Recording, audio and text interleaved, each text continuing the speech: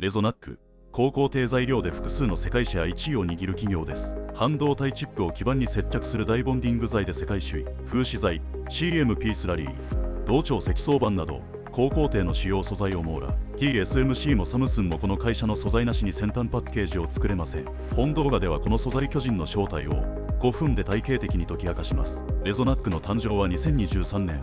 しかしルーツは100年以上前に遡ります。源流の一つ昭和電工は1939年にアンモニア、アルミ事業から出発。もう一つの源流、日立化成は半導体風刺材で長年世界首位の企業でした。転機は2020年。昭和電工が約9600億円で日立化成を買収。化学業界では国内最大級の M&A として注目された案件です。統合後、汎用化学からの撤退と半導体材料への選択集中を加速。2023年、社名をレゾナックに変更。レゾネイト、タス、ケミストリーの造語。鉛筆芯やアルミから出発した会社が今や半導体素材の中核に。事業ポートフォリオの再構築は現在も進行中。医歯科事業の売却も検討。創業の出自と現在の主役事業がこれほど離れた企業は珍しい存在です。売上は再編途上のため減少。2024年は約 1.3 兆円水準で推移。ここから業績を見ていきます。鍵を握るのは半導体電子材料部門。売上の約3割を半導体、電子材料が占め、利益貢献はさらに大きい。高工程材料の利益率は 20% 超と化学業界平均を大きく上回ります。風刺材は世界シェア約3割、CMP スラリーも世界トップクラス。ダイヤタッチフィルムは生成 AI サーバー需要でフル稼働状態。一方で石油化学、黒煙電極などレガシー事業は赤字や減益が続く。ここが現在の経営課題。半導体の好調を全社黒字につなげられるか。2024年通期は最終黒字化を達成。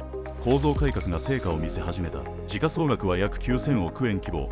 業績改善で株価も再評価局面に。競合は信越化学、住友ベイクライト、JSR、デュポンなど。ただし複数品目を横断的に持つ企業はレゾナックがほぼ唯一。顧客は TSMC、サムスン、インテル、SK ハイニックス、マイクロン。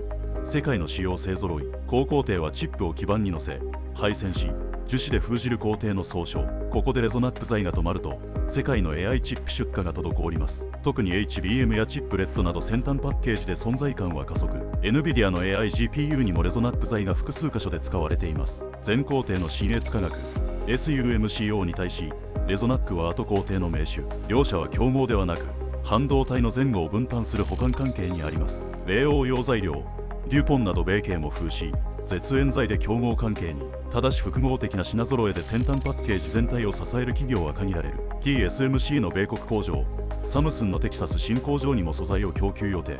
米国シリコンバレーには共同開発拠点パッケージングソリューションセンターを開設。顧客と同じ場所で材料を設計する業界の新しい開発体制です。今後の見通しに移ります。鍵は先端パッケージ需要の伸長です。先端パッケージ市場は2030年に1000億ドル超まで成長予測。ダイヤタッチフィルム、絶縁材、感光性誘電材料全てが追い風。戦略の柱は3つ。